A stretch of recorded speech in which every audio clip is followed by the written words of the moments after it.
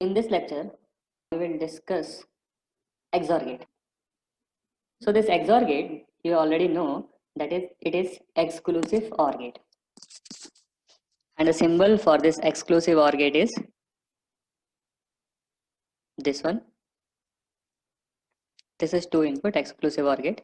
And I already told you, like if you are giving A and B as your input, at the output side, you will get A XOR B, which is nothing but A B bar plus A bar B.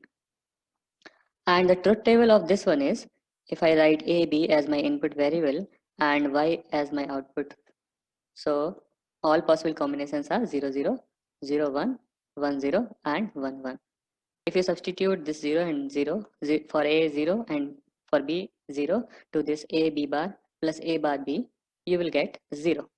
Okay, similarly, if you substitute A equal to 0, B equal to 1, you will get 1, and here also you will get 1, and if you substitute 1, 1, you will get 0. If I want to write my equation in SOP form, like I need to concentrate on these two things. So if I'm writing in SOP form, by saying this one, I can say that my A is 0, B is 1, so that is A bar B plus, by saying this one, I can say my A is 1, B is 0, so that is A B bar. If I want to write in POS form, product of sum, okay, so I need to take care of this zeros. Okay, so for this 0, basically my A equal to 0 and B equal to 0, and if I want to write in POS, that is A plus B, and if I concentrate on this 0, my A is 1 and B is 1. Okay, so I can write A bar plus B bar. So in this way, I can write SOP and POS form for this XOR gate. The first property of XOR gate is I can use this one as a buffer, or I can use this one as an inverter also. One input as A and other one I need to give 0. Okay, and like if I substitute in the previous relation, that is A B bar plus A bar B. Okay, if I give B equal to 0, then this will be 0, and here if I give B equal to 0, B bar will be 1. Okay, A into 1, that is A. So here I am getting A. Means if my A is equal to 1, I will get 1 at my output side. If my A is 0, I will get 0 at my output side. So this relation, whenever you are giving any input, and the same input you are getting at the output side, that is known as buffer, and the purpose of this buffer is to provide delay in your circuit. Second thing I can design is inverter. For designing an inverter using XOR gate, what you need to do, you need to give A as your one input and 1 as your another input. So if you substitute 1 in place of B, it will be A. The main expression is this one, and substitute B equal to 1. Okay, so if you substitute B equal to 1, this is 1 and the whole thing will become A bar. And here if you substitute B equal to 1, you will get B bar, that is 0, so that will become 0. So basically at the output side you will get A bar. It means whenever you are giving 1, you will get 0, and if you give 0, you will get 1. Okay, so this is one property of your XOR gate. Like you can use this XOR gate as a buffer also and as an inverter also. What will happen if I do A XOR A?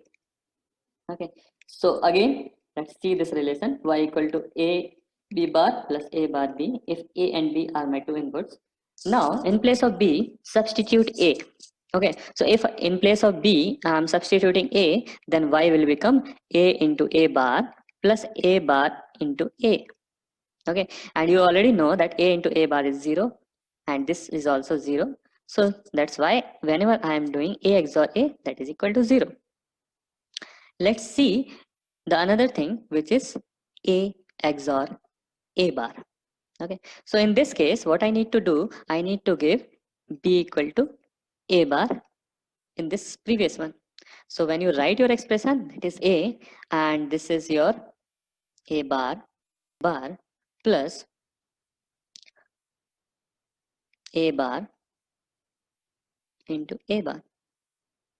Okay, that is basically your a into a plus a bar into a bar.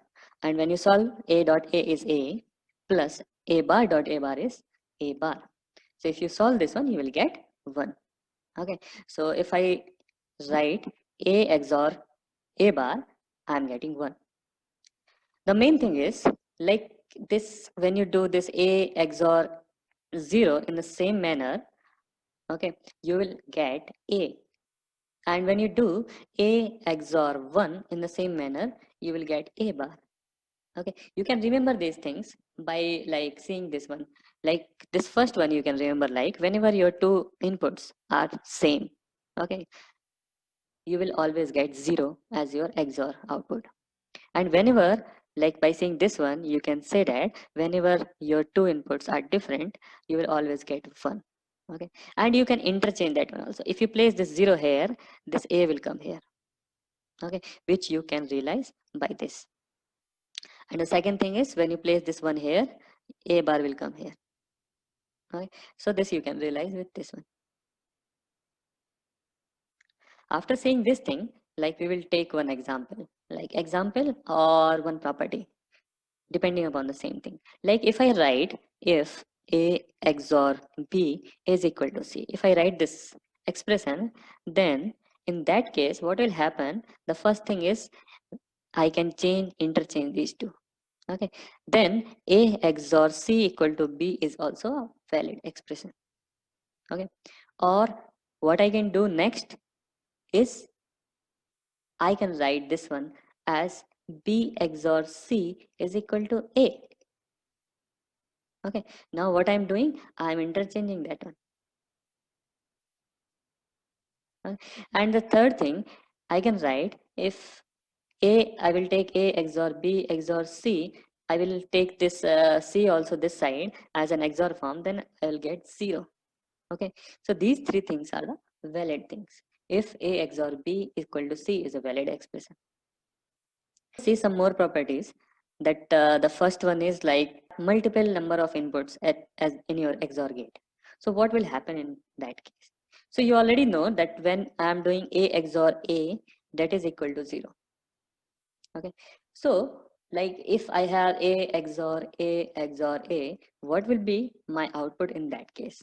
Okay, so like you can calculate it like this. You already know that a XOR a equal to 0, so this one is basically your 0, so this is basically your 0 XOR a, and 0 XOR a, you already know that it is your a.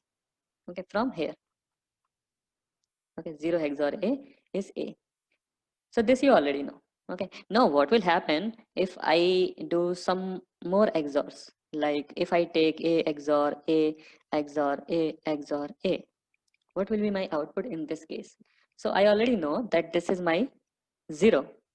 Okay, so I can write this one as 0 XOR a XOR a. Okay, and I know that if I write this one also, this is also 0, like 0 XOR 0. Okay, and when my two inputs are same, it will be 0. Okay, so if I do this calculation, I will get 0. In a similar manner, if you will XOR 5a, you will get a, because at the end it is 0 XOR a. Okay, so like from here I can see that whenever I am taking two XORs, okay, whenever I am taking this one a XOR a, I am getting 0. Whenever I am taking 3 XOR, I am getting a. Whenever I am taking 4 XOR of same thing, I am getting 0. So if I take a XOR a XOR a XOR a XOR a 5 times, I will get again a.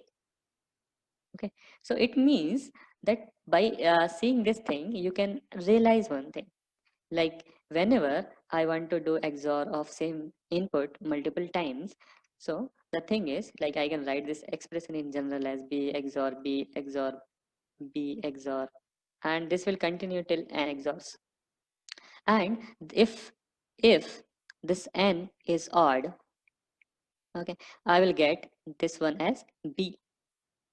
Okay, second case is if n is even. then in that case I will get 0. Okay, so these are the two generalized things I can interpret from the above discussion.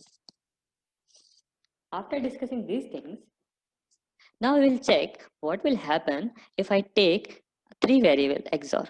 Okay, so 3 variable XOR is nothing but this one, like the same thing with 3 variable. Suppose I am taking A, B, C as my 3 variable. And the same thing we can represent, like I can do XOR of 2 variable. Then that output will be used for next gate, XOR gate of 2 variable. Okay, so if I take this one as A, B and this one as C, this is basically A XOR D, and when I do 2 input XOR of A XOR B and C, I will get A XOR B XOR C. Okay, if I write truth table for this, okay, 3 XORs, 3 input XOR. So basically my 3 variables are A, B and C. And I am having output Y, which is nothing but A XOR B XOR C. So if I write all possible combinations, the first one is 0, 0, 0. Okay, so first we will do the calculation of Y for this input. So you know that 0 XOR 0 is 0. Okay, so if you write 0 XOR 0 XOR 0, so you know that this one is 0. So basically you are doing 0 XOR 0, and 0 XOR 0 again it is 0. That's why in this place it is 0.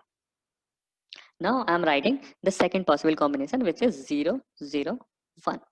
Okay, so like of the previous case, like A is 0, B is 0, so 0 XOR 0, which is 0, and that 0 is XORed with this C, that is 1. So 0 XOR 1 is 1, because my two inputs are different. So in this way, like you will get your full truth table for 3 variable XOR.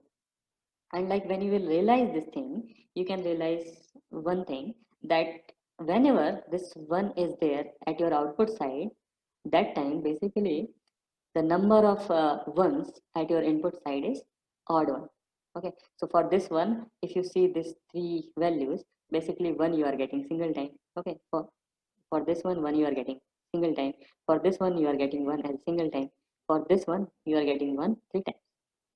Okay, so whenever there are odd number of ones, you will get 1 for XOR output of 3 variables. Okay, so you can check the case of 0, and the thing is the number of ones are either even or there will be no one. In the form of SOP, if you want to represent that one, that is your A bar B bar C plus A bar B C bar plus A B bar C bar plus A B C. Okay, so this is your expression. And like if you want to represent in SOP, then it is summation of minterms, that is 1, 2, 4 and 7. And if you draw the K map for this one, so like if you draw one K map of 3 variables, okay, so this is your A, B and C, and you already know here it is 0, 1, 0, 0, 0, 1, 1, 1 and 1, 0. Okay, so basically if you write these values in your K map, here you are getting 1, 1, 1 and 1. This is your 0th place, 1 first place. This is your second place, this is your third place, fourth place, fifth place, sixth place, seventh place. Okay, so here you are getting 0, 0, 0. And by seeing this K map, you can realize that you can't pair any one here. This is basically nothing but XOR of 3 things, that is A, B and C. Okay, and whenever you are getting this type of expression, you can directly write that one as an XOR of 3 things. With this, like we have seen all the properties and the things related to XOR.